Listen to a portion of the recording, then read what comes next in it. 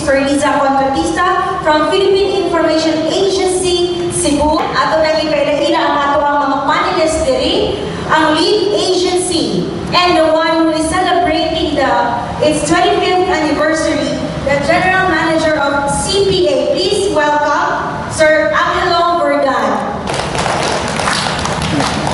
My good afternoon. This is our here as an authority. Welcome to join the celebration with us. Joining us also is the OIC Deputy Collector of the Bureau of Customs, Dr. Vivina Pumato. Good morning to everyone, and we're very glad that we are invited by the Cebu Ports Authority to be in this Kapihan. Okay. Director Marinas of Marina 7, Jose Venancio Vero Jr. I would like to congratulate PIA, especially Jane, which was my former boss sa Marina when I was assigned. Director 4 of Bureau of Quarantine. Good morning. Good morning to every one of you who are here. I would like to congratulate the CPA. Quarantine is very supportive to the Cebu Ports Authority with General Manager Verdan and my good friend Colonel Lopez. And for that, we were able to improve the condition, especially the sanitary condition of our ports. Of Fisheries and Aquatic Resources, Fishing Regulation Officer, Mr. Randolph Morales. Good morning, sir. Good morning, everyone. I would like to congratulate CPA for their 25th anniversary. I thank CPA also for inviting me far. I represent my regional director, Dr. Alan Tugita, who cannot make it today. And I thank CPA also for supporting PFAR 7 in its regulation in amending or in preventing transport of illegal traded products at the port of Cebu. Thank you. Thank you, sir. And to my left, we have here the Deputy Station Chief of 701st Maritime of PNP, Police Chief Inspector Jose Dosman. Just want to congratulate the successful announcement of the CPA. Thank you for inviting us as part of this program. Yes, sir. Let's start off with Sir Verdan. Sir, could you tell us about the major highlights of CPA in the last 25 years? This is improved for the public. Actually, every year since 1996, that the law that created the Cebu Port Authority was enacted in 1992. This is why we are 25 years now. But in actual operation, 21 na we have had a lot of challenges we were able to overcome, like some company in Cebu Port Authority, they disappeared. We got tayong more settlers, which we were able to relocate. And this is, I believe, that was only on record, was the only relocation sa Katua na wala yung reklamo, naglinyahay pa, pagkagawas, because we made sure that they're happy with our giveaway, going out, give to them. Sunod, ang mga, the tricycles, Yes. para limpyo na atong here. As a matter of fact, a couple of our friends na mga taga-media, nag-ingon na, whereas before, here, one of the dangerous places in Cebu, pagkahuman ko na mo limpyo, and then repairs, and those things, this became the safest place in Cebu to know.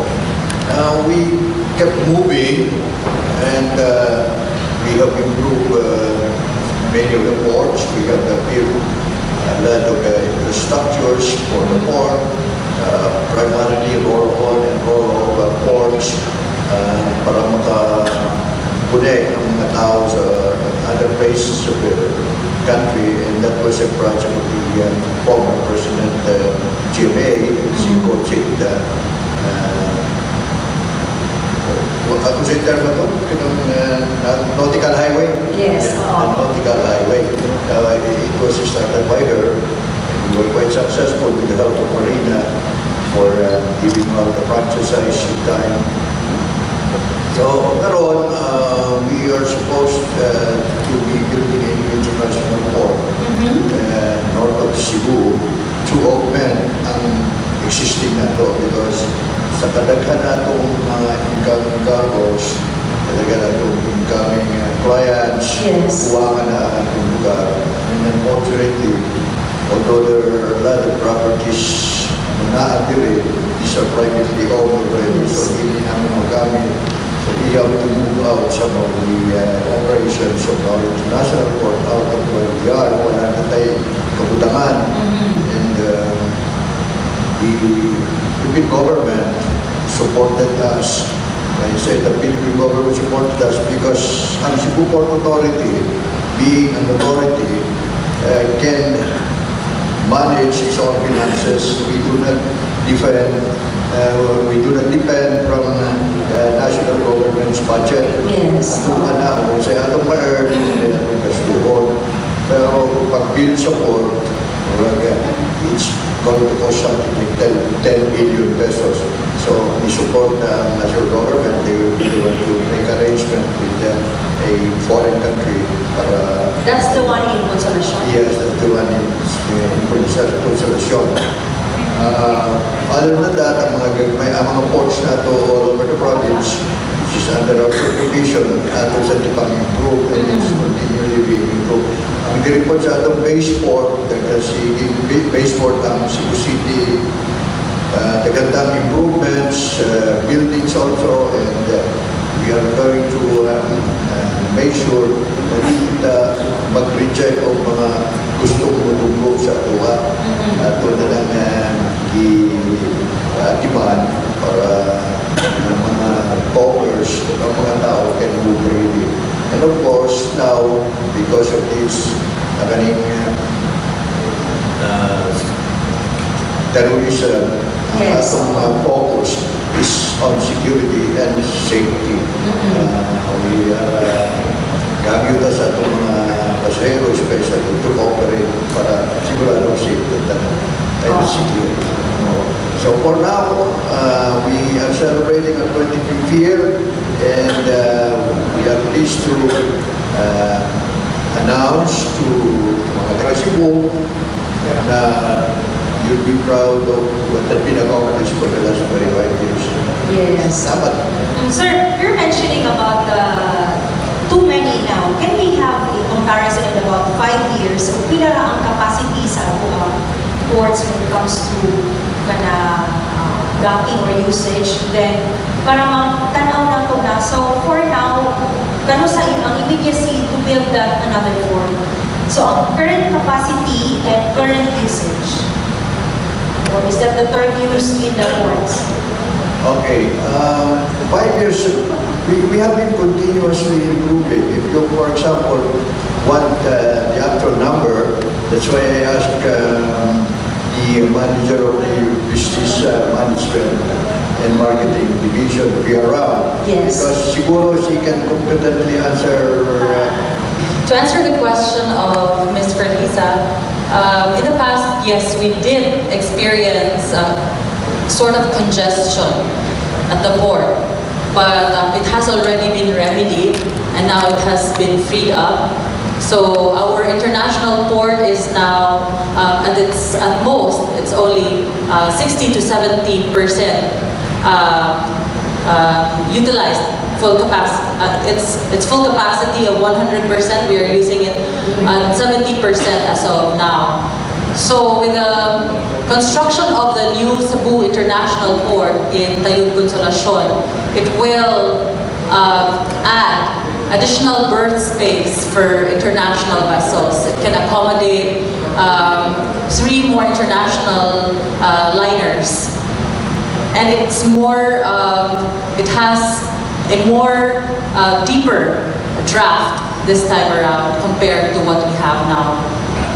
So we still have time for the, it's like there's really no urgency for now for the building, for the establishment of the new ward.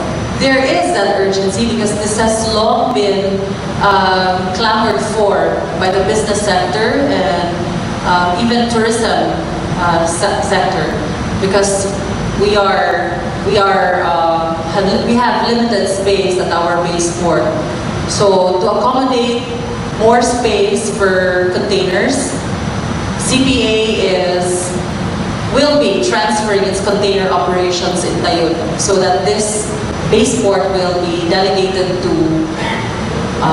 domestic vessels and maybe even allocate the space for cruise ships. Okay, thank you so much, Attorney Karen. What about in terms of income? Just to give you an idea, when we took over, when we became Cebu Port Authority, our income was less than 100 million a year. And now, after 21 years of operation, we have annually been making close to 2 billion. Okay. And that's a big jump, actually. But we have also returned it to the people by way of projects and infrastructure. Okay.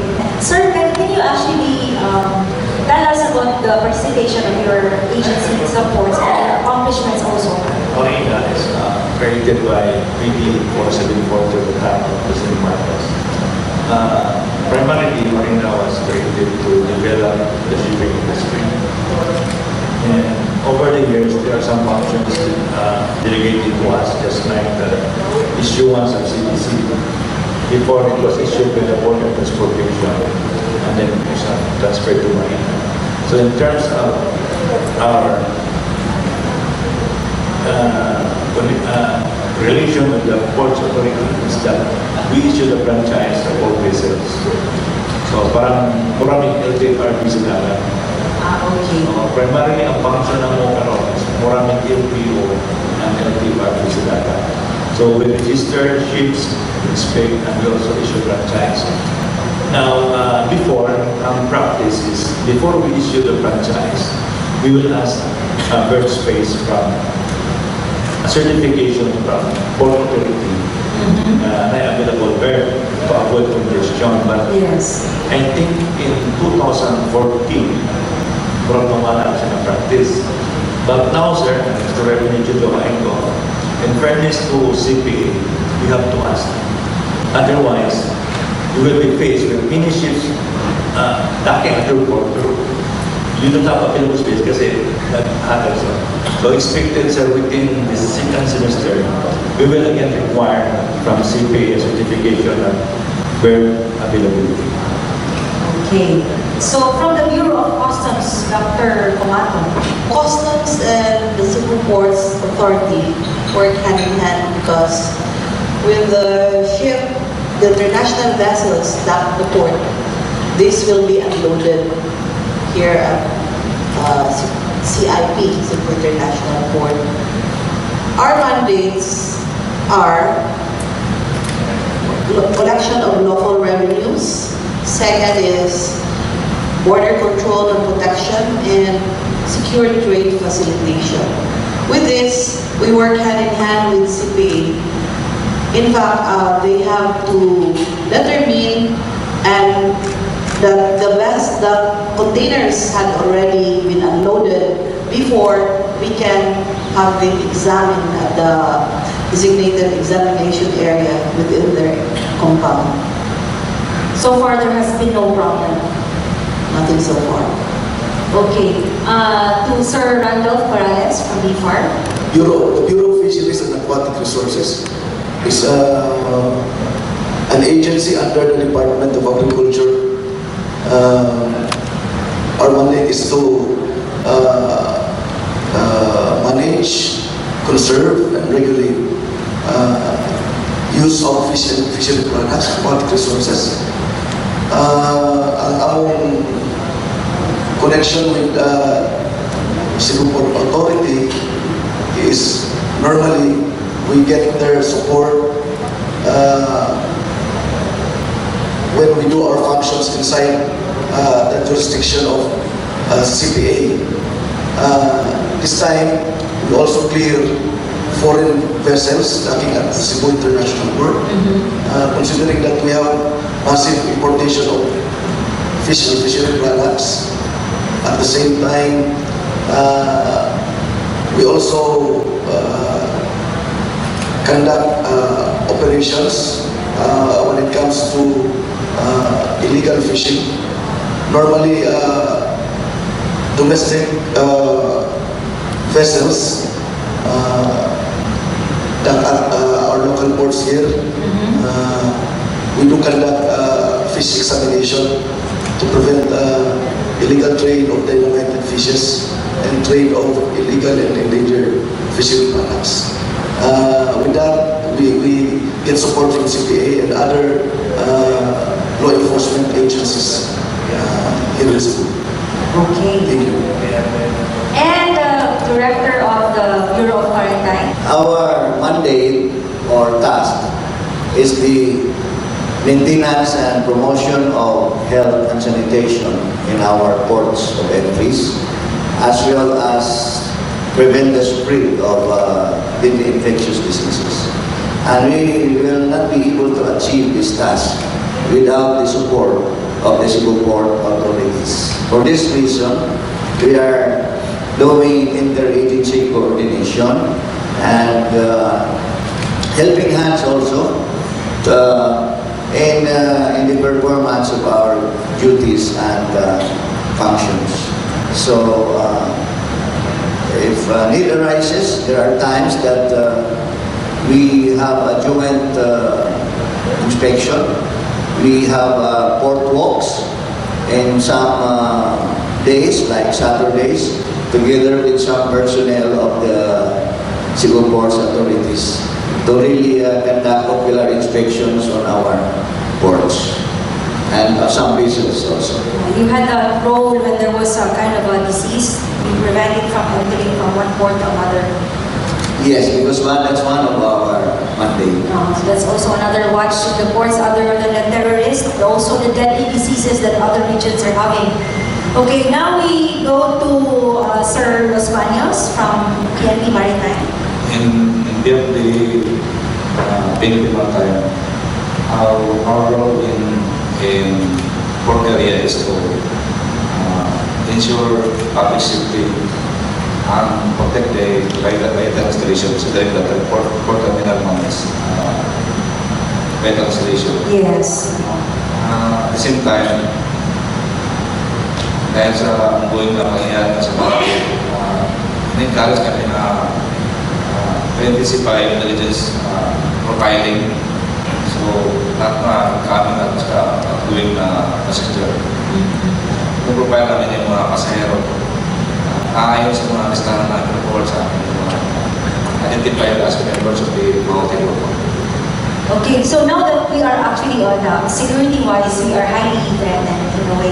So in the port operations, who is on top? How secure are our ports? No, security is dynamic. We cannot say today we're safe, tomorrow it will be a different situation.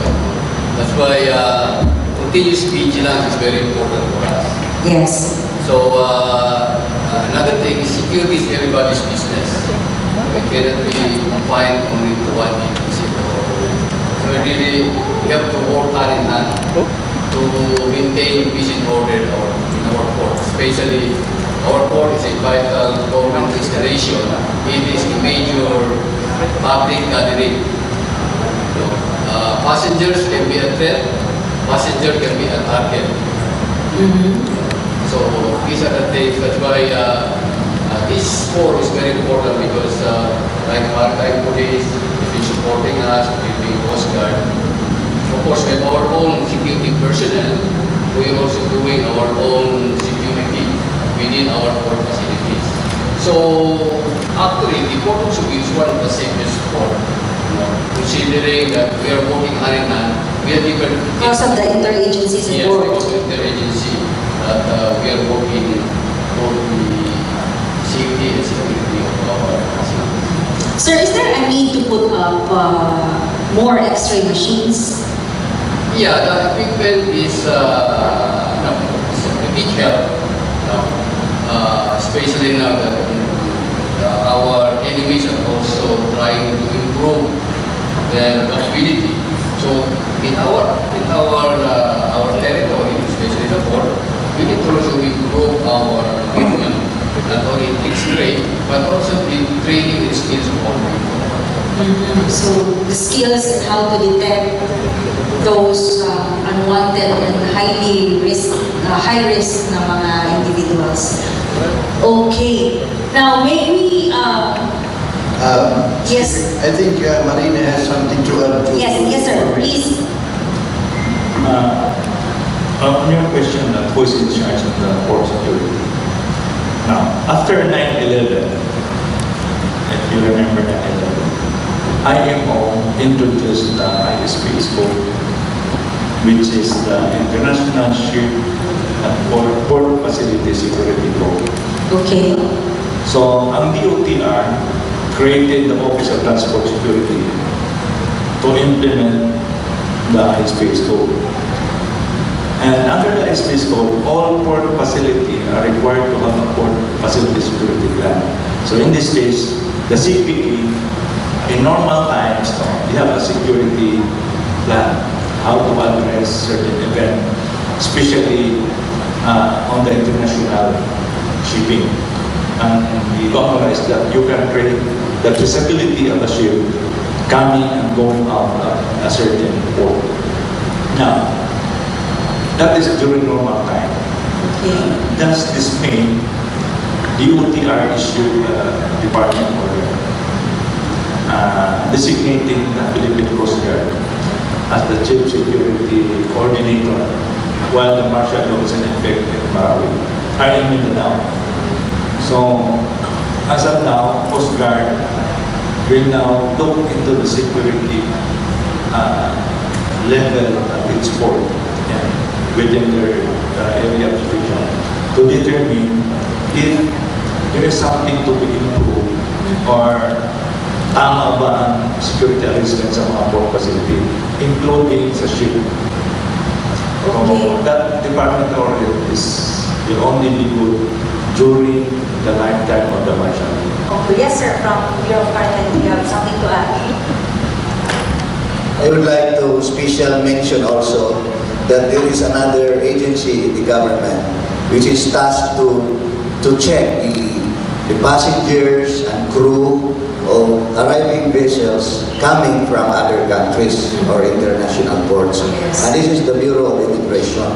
They will be checking each and every vessels for the passports of each and every crew and passengers to find out if there are no terrorists or other names that may crop up that are is wanted on the international list. In conjunction to that, we from the Bureau of Customs conduct security measures for cargoes that are landed here from abroad. So we have that inspection, and through our machines, X-ray machines, and examination process, we will determine whether or not there are precursors for weapons of mass destruction that are included on those container vans. Okay. So, speaking of security, we also have with us in the audience the Regional Director of the National Bureau of Investigation, Sir Angelo. Insofar as the NBI is concerned in matters of security at the ports, we are not actively engaged in that activity for the reason that our mandate is exclusively geared only towards criminality, being a law enforcement agency, and considering for a fact that just last year, the new NBA modernization law was passed. And we have a specific focus on cases, enumerated under our law, and it's more on economic, financial crimes, and cyber crimes, among others. When it comes to port operation, perhaps the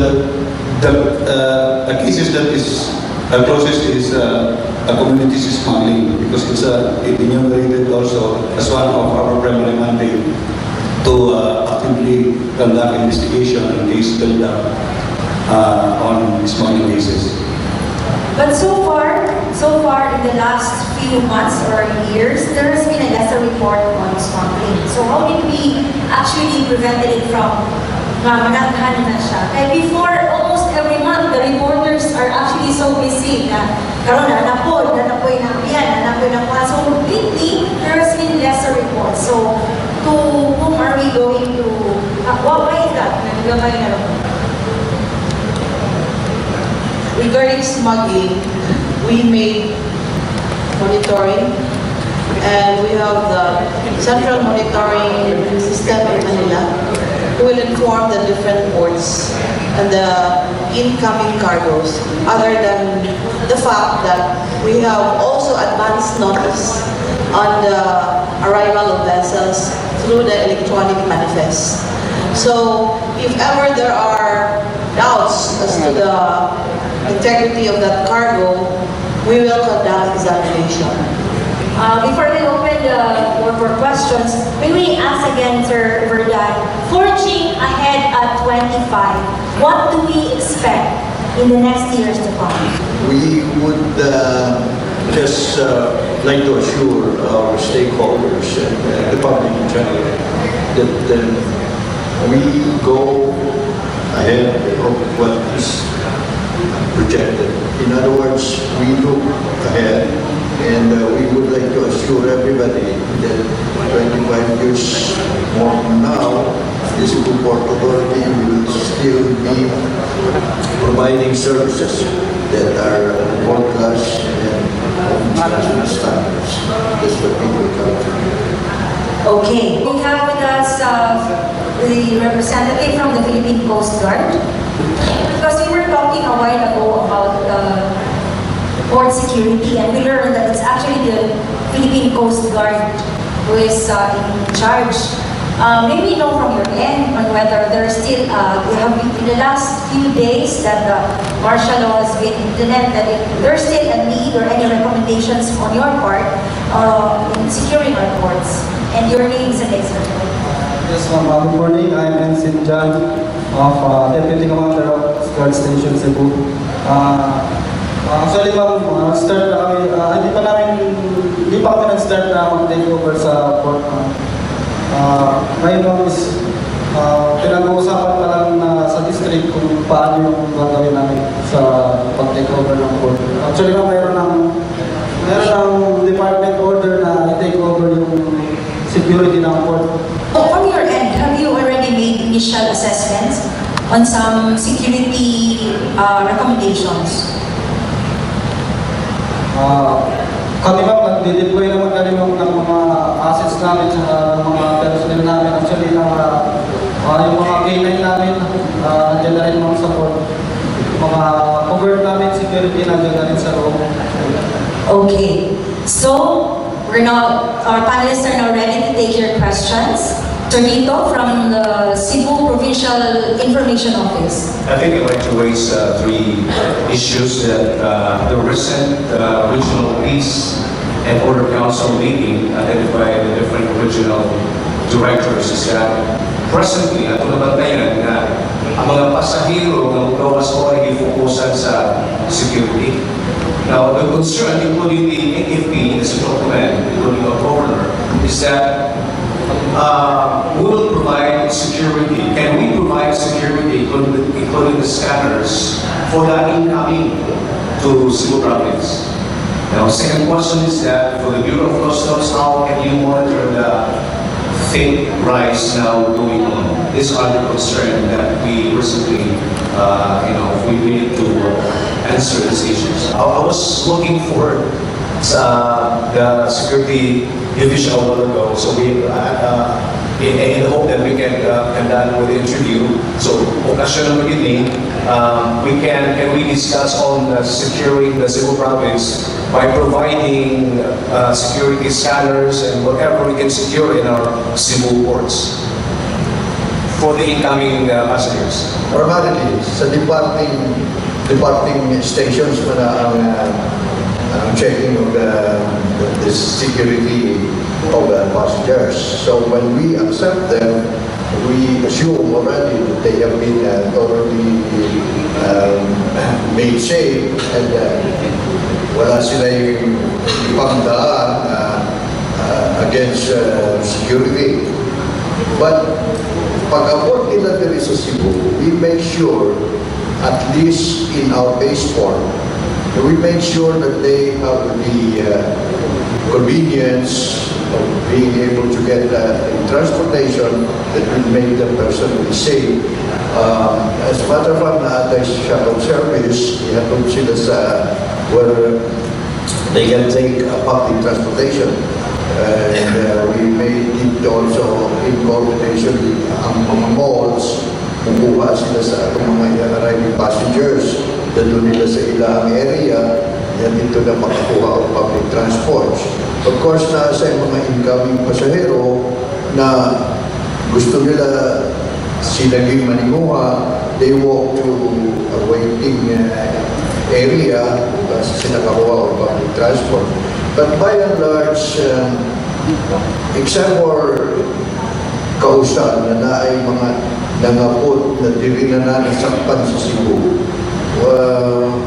ang arriving passengers na to are generally assured of their safety. It's more og naatay ultra o niya na nagkatangli mo outside of our area mo na ang kuyaw, no? Pero og sa suod sa atong port, huwag tayo ingon ka na risk diha sa atong person. We're quite safe. Now, as far as cargos are concerned, of course, sa point of departure, din naman na inspection. In our case here, we're quite strict with inspections. In our terminal, for example, you will notice we have several ways of inspecting. We have X-rays, we have metal detectors, and we have manual search on people. Also, we are quite strict with firearms.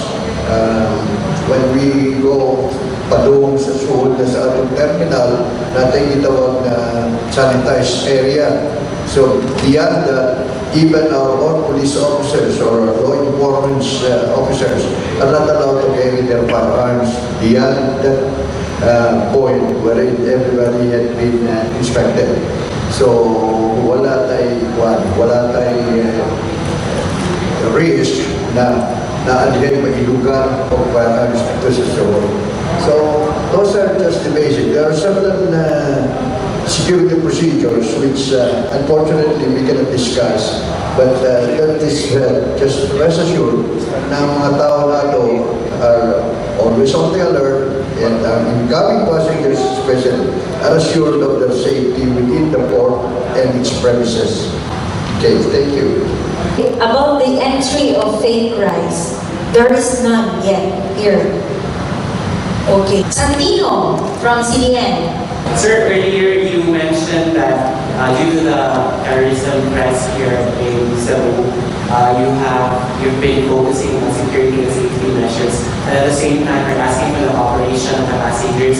Sir, maybe up to what extent you can share what are the preparations of the ports and what exactly, what kind of operation are you asking from the passengers and from the general public? Okay, si Oscar daw. Our preparation actually is a continuous preparation. We don't really relax, considering that port, as mentioned, there is a vital government installation of government. That's why our drive is a continuous educating our passengers that they have to come early before the departure time. Most of the practice is that the habit of the passengers, last minute at about the Yes, oo. no? So then, security, we can compromise security. That's why, that's what we are telling our, the riding public, the sea riding public, to at least 2 hours or 3 hours before the departure of the vessel. They should be ready inside the passenger terminal. But if they have ample time to properly screen them, because this is for all security. Considering also we have also very limited passenger terminal, and they will be swarming, at our passenger terminal. Of course, there would be some chaos. Yes. That's why our security measure really is to ask the cooperation of the public, to really cooperate with our security personnel who are in charge of our passenger terminal. A normal security check will usually take around 10 to 15 minutes before you enter the port terminal. Yeah, especially if there are, they have to scan the bags. It will take time. Like the airport also. Yes. Okay, does that answer your question? Sheila from Super Balita.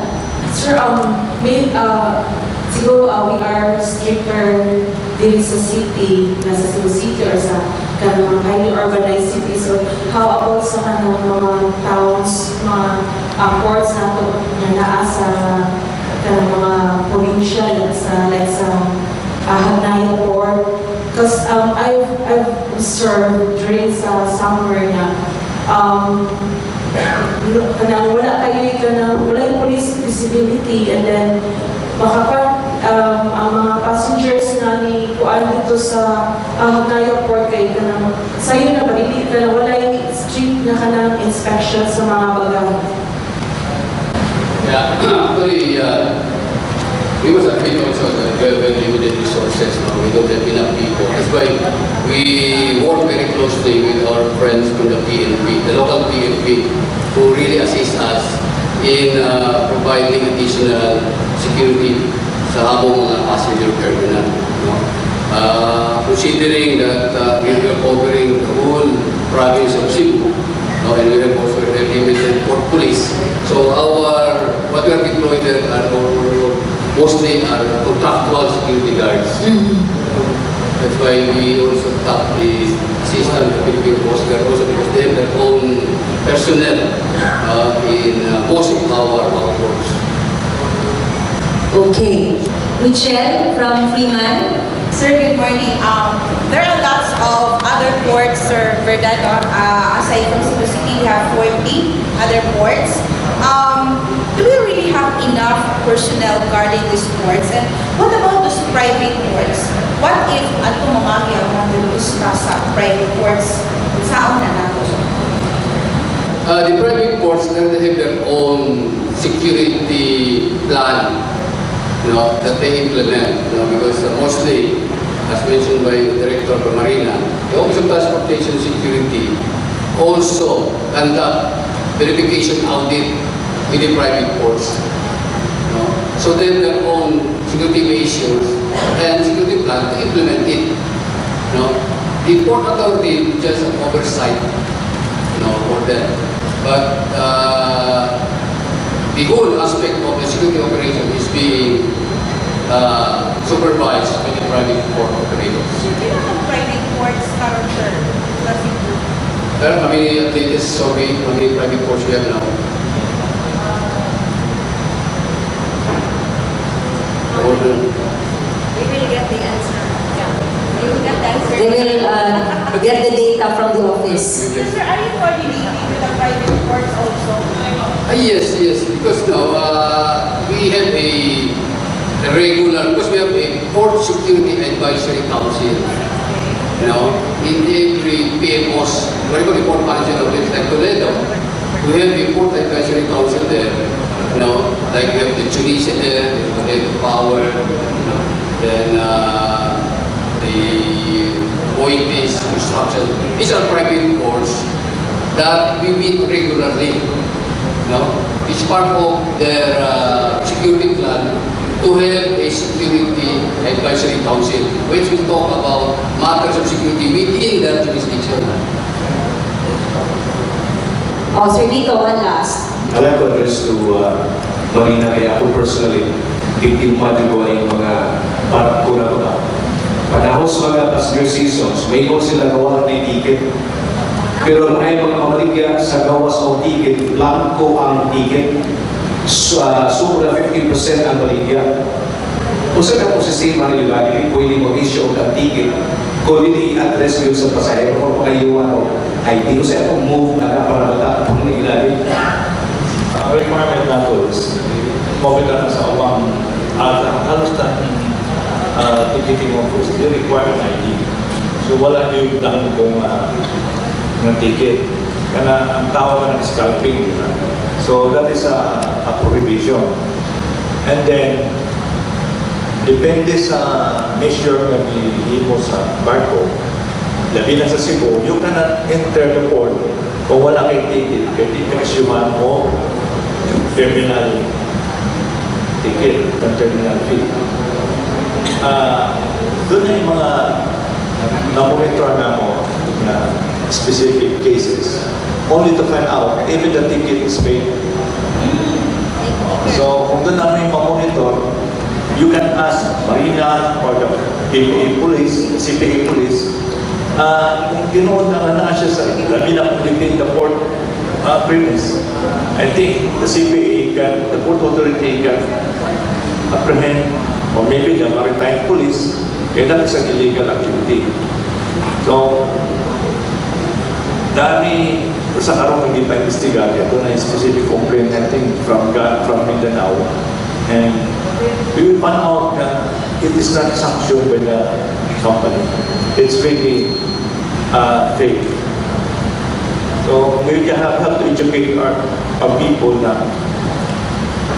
kung passenger season, have to book advance, they have to buy ticket advance.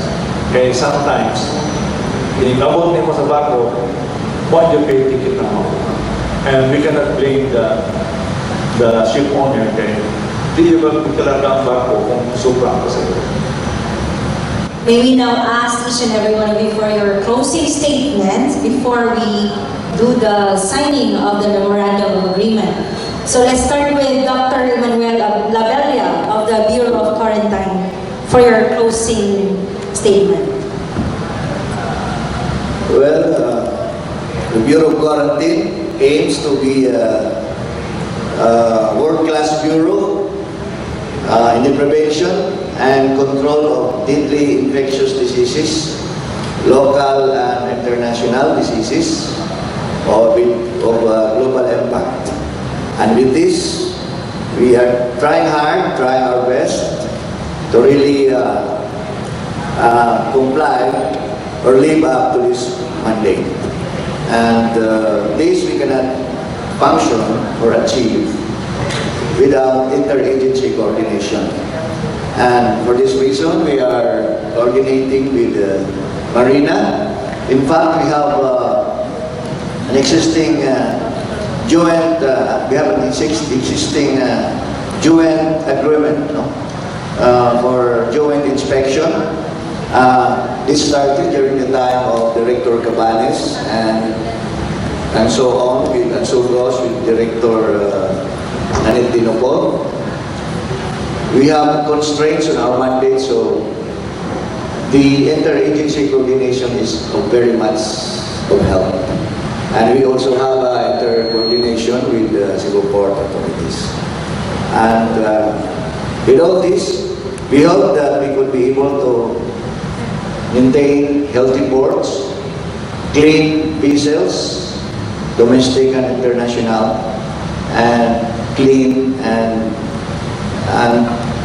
healthy and sanitation of each and every ports of the country will be at the highest level. Thank you. From the Fishing Regulation Officer of BFAR 7, Mr. Randolph Corrales. The Bureau of Fisheries and Aquatic Resources aims to provide food security.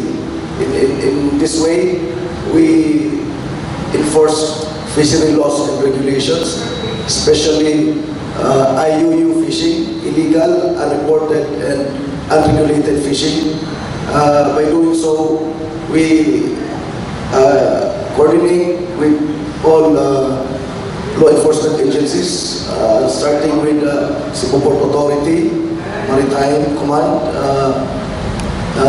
Philippine Navy, and other government agencies. And we hope to create a more close relationship in preventing illegal fishing from reaching our ports. Thank you very much. Thank you, Sir Randolph. From Marina 7, Sir Jose Venancio. Yeah, thank you for having us here. I would like to assure the public that Marina will do its best to improve the safety of our passenger vessels. We are inspired by the editorials of Freeman, which gave hope with my assumption as a new director of Marina 7, and the challenge of Sunstar to improve the quality of our shipping service. With my experience in other regions as a former Maritime City Office Director, I think I can share my knowledge and experience with my engineers how to improve the safety inspection and audit system of Marina 7. We are also hoping that there will be no accident during my term as the head of the Of the Philippine Maritime Group, Sir Los Baños. Again, good morning. On behalf of the Regional Maritime 7, even though we are shortage of personnel and operating asset, but we're still doing our best in order to help the Cebu Port Authority to make sure the port area is secure, as well as the commuters and the port facility. Philippine Coast Guard Cebu Station in St. John Manuel Ali. In behalf of Philippine Coast Guard, we will continue our mandated functions, maritime safety, maritime search and rescue, and other functions. We will implement strict security at port in connection with the Department Order of Department of Transportation. Mas maghihimay po kami sa mga papasok na vessel galing sa Mindanao, especially from illegal and other parts. NBI 7 Director Arnel Pura. I'm not the director, I'm just a special agent. Special agent. In behalf of the NBI Regional Office, we reiterate our commitment to provide investigative and technical assistance, including intelligence build-up to our Cebu Ports Authority and stakeholders in order to ensure a safe and peaceful environment in our cares, for the benefit of our people. Thank you very much. Okay, Dr. Pamato. Thank you. So I'd like to show the website of the Bureau of Customs. So there are questions that can be answered by using the website. As you can scroll down, so it's www.customs.gov.ph. So there are issues on Balikbayan Box Tracker, about the latest news on customs. This website is made in order that the people will be aware on what customs is doing. So, and it's user friendly. So I hope you can log into our website. And finally, I'd like to congratulate Cebu Ports Authority, especially our General Manager, Sir Verdan and Sir Oscar, for making this celebration very memorable and informative. Good morning. Thank you, Dr. Rivina. To Sir GM Angelo Verdan. The next 25 years is something to look forward to with the support and assistance of our fellow service providers inside the port, the Bureau of Quarantine, the Bureau of Fisheries, of course the Bureau of Customs and the Marina, the Maritime Group of the Philippine National Police, the Philippine Coast Guards, and the National Bureau of Investigation and other officers of the government that are here, the Philippine National Police and the Armed Forces of the Philippines. They are on call always. We would like to assure our riding public of a safe, secure, and comfortable voyage all the time. Thank you. Thank you so much, GM. So, to cap our Kapihan sa PIA is the signing of the Memorandum of Agreement between CPA and FORGE, an agency for the implementation of the anti-child trafficking law. We wanted to reach out with our non-government agencies, especially in the drive against anti-human trafficking and child abuse.